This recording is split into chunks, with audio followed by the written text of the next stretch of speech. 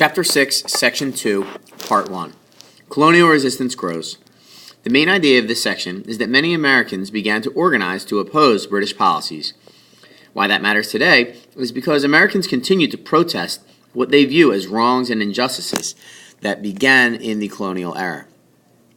Key terms and names that you'll see and be defined for you through the Google Classroom will be Crispus Attucks, Townsend Acts, Writs of Assistance, Samuel Adams, Boston Massacre, John Adams, Committee of Correspondence, and the Boston Tea Party. Please make sure to have your Google Doc open to complete the questions and tables that are in there and submit when you have completed Section 2, Part 2 through the Google Classroom. One American story. Crispus Attucks knew about the struggle for freedom. The son of an African-American father and a Native American mother, Attucks was born into slavery in Framingham, Massachusetts around 1723. As a young man, Attucks escaped by running away to sea. In March of 1770, Attucks found himself in Boston, where feelings against British rule were hot. One night, Attucks took part in a disturbance between colonists and British troops. He was about to play a key role in U.S. history, losing his life to a British bullet in a protest that came to be called the Boston Massacre. In this section, you will read and see how tensions between Britain and its colonies led to violence. The Townsend Acts are passed. After the uproar over the Stamp Act, Britain hoped to avoid further conflict. Even so, it still needed to raise money to pay for troops and other expenses in America. The Quartering Act was not working. Most of the British Army was in New York, and New York saw that as an unfair burden. Its assembly refused to pay to house the troops. The King's finance minister, Charles Townshend, pictured here,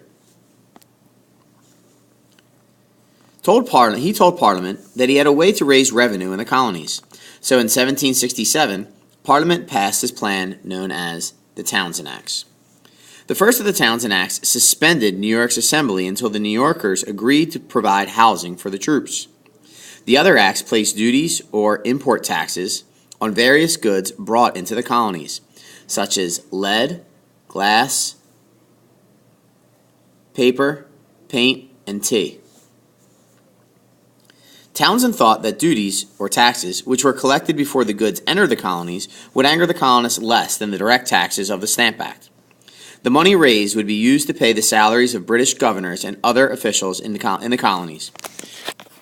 To enforce the acts, British officers would be using writs of assistance, or search warrants, to enter homes or businesses to search for smuggled goods.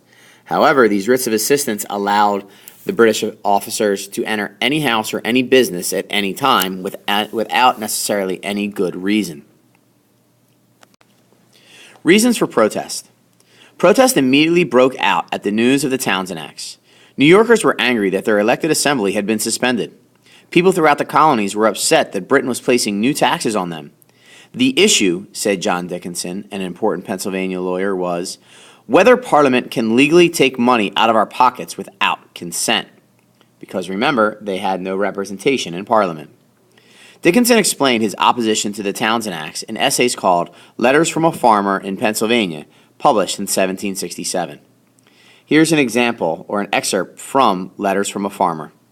He wrote, "Let these truths be impressed on our minds, that we cannot be happy without being free, that we cannot be free without being secure in our property, that we cannot be secure in our property if without our consent others may take it away, that taxes imposed on us by Parliament do thus take it away, that duties or taxes laid on us for the sole purpose of raising money are taxes, and that attempts to lay such duties should be instantly and firmly opposed."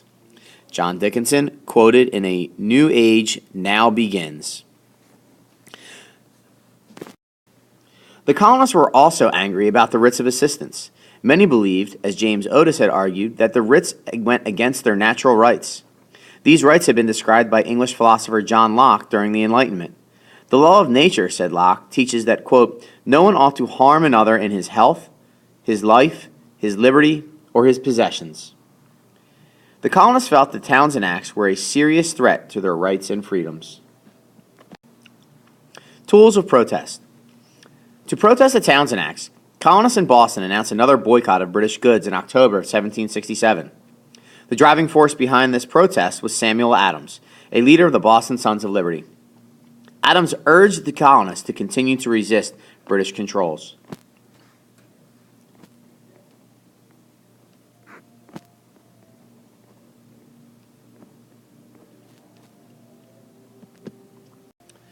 The boycott spread throughout the colonies. The Sons of Liberty pressured shopkeepers not to sell imported goods. The Daughters of Liberty called on colonists to weave their own cloth and use American products.